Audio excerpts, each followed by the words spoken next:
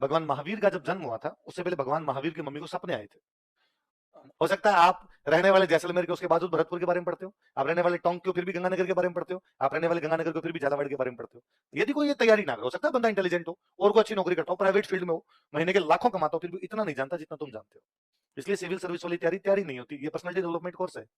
तो मेरे काम क्या है? अरे मैं चार लोगों के बीच में जाके बिजनेस की बात करेगा तो डंकी करेगा।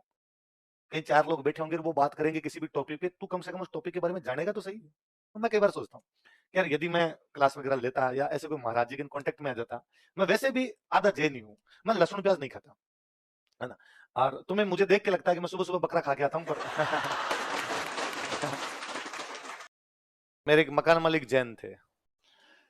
हैं? आपके जैन? तो मैं उनके घर पे रहता था। एक बार ये था इनके कोई ये पर्यूषण चल रहे होंगे, तो मैं घर गया तो मेरे रूममेट ने कहा कि फटाफट नहा धो के तैयार हो जा, आज अंकल कह के गए थे जैनों का मंदिर है अपने यहाँ पे, वहां प्रोग्राम है, वहां चलना है। तो मैं शाम को 7 बजे क्लास लेके गया था। तो मैं खाना, तो यार उन्होंने कहा था प्रोग्राम है तो फिर खाना वहीं खा लेंगे, क्यों खाए जाए, पर मंदिर चलना है तो नहा ले तू।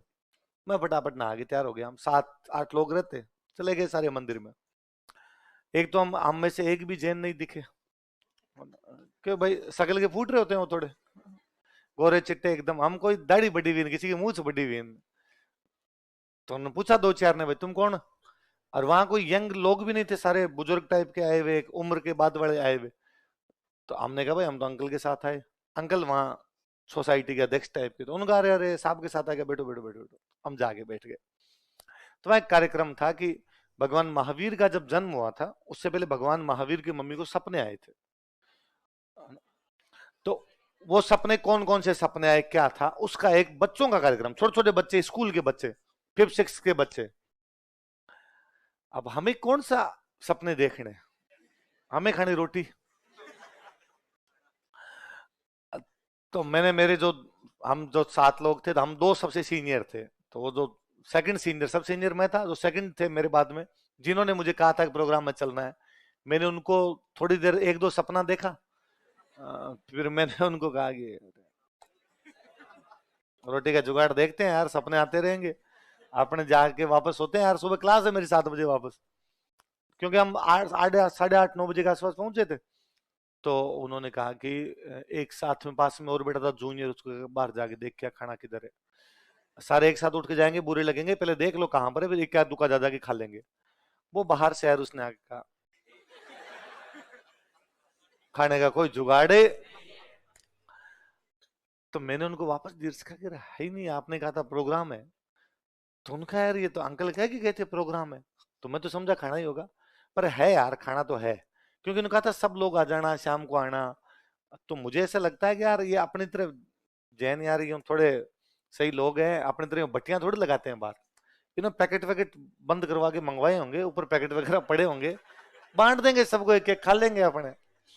तो थोड़ी देर एक सपना और देखा, फिर हमारा एक जूनियर और था, हमने उसको ज्यादा देर से एक एक जाओ, तुम्हें लगता है पानी पीने जा रहा होगा, वॉशरूम जा रहा हो। तो वो यार उसने आका ना।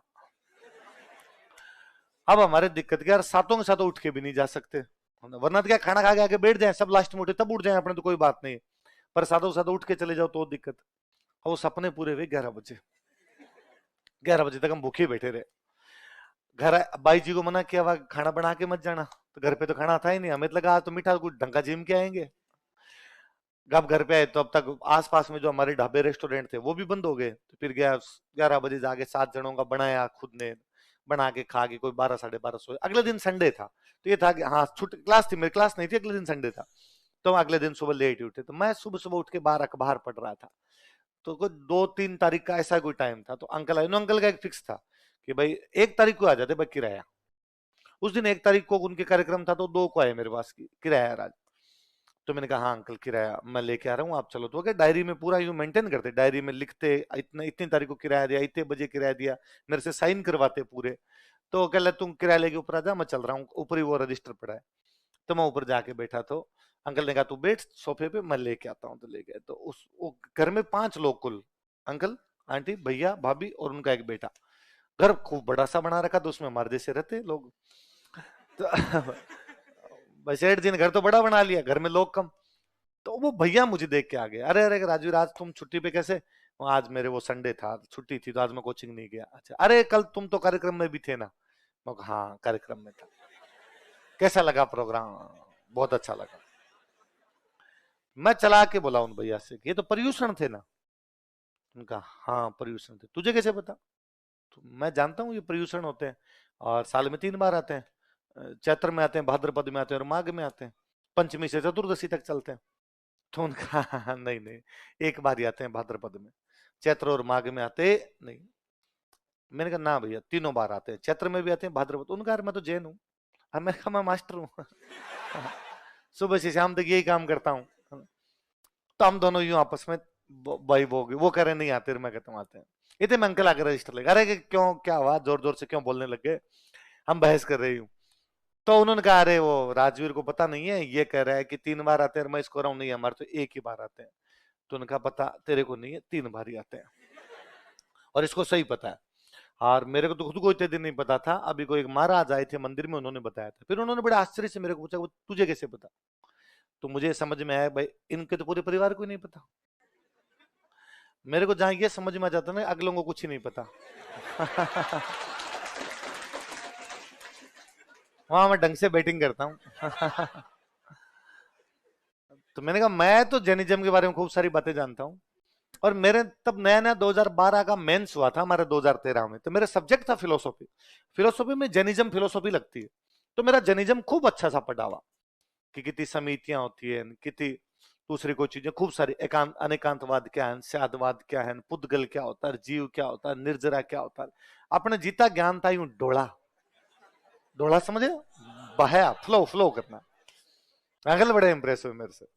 अंकल ने कहा अरे यार तुम बड़ी शानदार यार, इस उम्र में इतनी सारी जानकारियां तेरे पास में। हमारे तो यार जो बच्चे हैं यंग एज वाले वो कुछ जानते ही नहीं। तेरी क्लास लगवा दें क्या? तो मैंने कहा लगवा दो। हालांकि यार मेरी वो क्लास नहीं हुई, अंकल ने नहीं कहा होगा, या हो सकता है मैं बिजी था, बिजी देख के नहीं कहा होगा, या जो भी कारण रहा क्लास नहीं गया। मैं कई बार सोचता हूँ कि यार यदि मैं क्लास वगैरह लेता या ऐसे कोई महाराज जी के कॉन्टेक्ट में आ जाता। मैं वैसे भी आधा जैन ही हूँ, मैं लहसुन प्याज नहीं खाता, है ना? और तुम्हें मुझे देख के लगता है कि मैं सुबह सुबह बकरा खा के आता हूँ, पर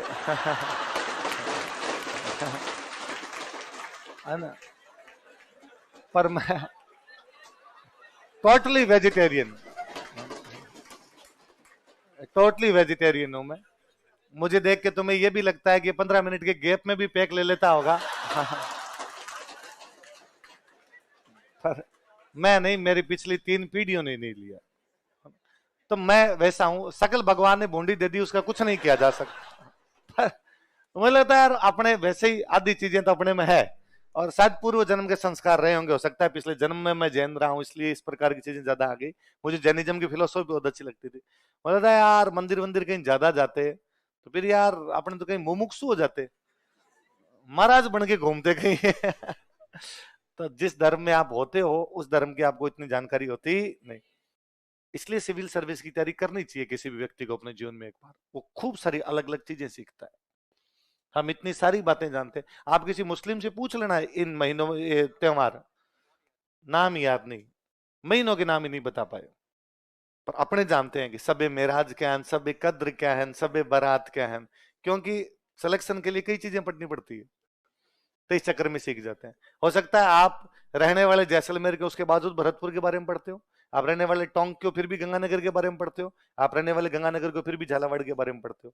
यदि कोई ये तैयारी ना करे, हो सकता है बंदा इंटेलिजेंट हो और कोई अच्छी नौकरी करता हो, प्राइवेट फील्ड में हो, महीने के लाखों कमाता हो, फिर भी इतना नहीं जानता जितना तुम जानते हो। इसलिए सिविल सर्विस वाली तैयारी तैयारी नहीं होती, ये पर्सनैलिटी डेवलपमेंट कोर्स है। मेरे से छोटा भाई है, उसने ना 12th के बाद में हाथ खड़े किए थे कि मैं पढ़ूंगा ही नहीं। ने जितना पढ़ना था पढ़ लिया, अपना पढ़ाई से लेना देना। तो उसको राजी करके बीए तो कर ले, बीए। तो उसने बीए कर लिया। तो उसने कहा अब जाऊंगा मैं तो घर जाऊंगा वापस। तो मैंने उसको वापस कहा कि तू एक बार आरएस की कोचिंग कर ले। उसने कहा कोचिंग क्यों कर लो, पेपर नहीं देना? अरे मैं कोचिंग तो कर दूं, कोचिंग कर ले। तो उसको पूरा एक आरएस का बेच ज्वाइन, उसने कभी एग्जाम नहीं दिया, कोई एग्जाम नहीं दिया, फिर उसको एक आरएस का पूरा बेच ज्वाइन करवाया। वो समाप्त हो गया, उसने अब क्या करूं मैं वापस घर चला जाता हूँ। अरे तेरी एज नहीं है अभी, तू एक आईएएस का बेच और ज्वाइन कर, पढ़ अपना। तुम्हें मेरे काम क्या आएगा? अरे मैं 4 लोगों के बीच में जाके बिजनेस की बात करेगा तो ढंग की करेगा, कहीं 4 लोग बैठे होंगे और वो बात करेंगे किसी भी टॉपिक पे, तू कम से कम उस टॉपिक के बारे में जानेगा तो सही। ये तो नहीं कि यूं बस भूंगलों की तरह जाके बैठ गया, अगले कुछ बोल रहे हैं, तुझे तेरे काम से तो मतलब है, आसपास की कोई भी चीज जानता। हम कितनी चीजें जानते हैं आसपास की। आपके साथ ऐसा कभी नहीं होगा कि कोई व्यक्ति किसी टॉपिक पर बात कर रहा है, तुम्हें उसका कख भी नहीं पता, ये कभी नहीं होगा। कम ज्यादा हो सकता है, हो सकता है कोई बंदे अमेरिका का चुनाव के अंदर क्या क्या बात हुई इनके बारे में 10 बातें ज्यादा जानते हो तुमसे, पर तुम्हें यह तो पता है अमेरिका में चुनाव हुए, तुम्हें यह तो पता है ट्रंप जीता, पहले जो बाइडन था, कौन हारा, कैसे चुनाव होते, मोटा मोटा खूब सारा जानते हो, है ना। ये तैयारी ये तो सिखाती है। ऐसा नहीं हो सकता कि वो कोई त्योहार की किसी की बात करे तुम्हारे सामने कि ईद उल अजहा क्या होता है, इसमें बकरे कटते हैं, तुम मन ही मन भले ना बताओ, तुम कहते अज मतलब बकरा होता है, मैं जानता हूँ बकरे कटते हैं। तुम्हें पर्यायवाची आते हैं, तुम ये बताते हो, तुम उस दिन बताते हो कि ये सब मेराज उड़ के जाना। तुम्हें जब आपको शबनम कहता है तुम्हें लगेगा कि हाँ। आईपीएल शुरू होगा थोड़े दिन बाद, कमेंट्री सुनना आप, इरफान पठान वाली कमेंट्री हमेशा, इरफान पठान हमेशा ही कहता है आज जो बॉल होगी वो स्पिन नहीं करेगी क्योंकि थोड़ी देर में शबनम आ जाएगी। दूसरा कोई तो उसको लगेगा शबनम, एक 9th में पढ़ती थी अपने साथ इसके अलावा अपना किसी दूसरी शबनम से लेना देना चलो आगे बढ़ते हैं।